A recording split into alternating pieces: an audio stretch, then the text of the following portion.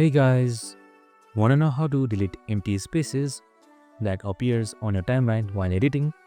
So in this video, I'm going to show you an easy step-by-step guide on how to do it. It's super simple, so let's get straight to it.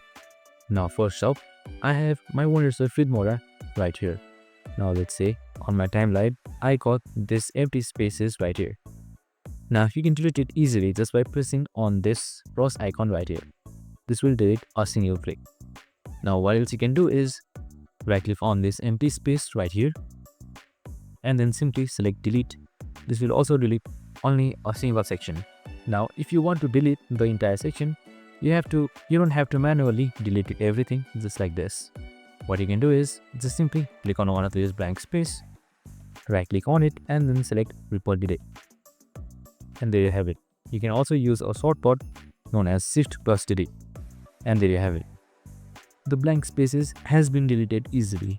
And that's it. Super simple and easy. I hope this video helped. If it did, make sure to like, subscribe and tune in with us for more of these videos. See you in the next one.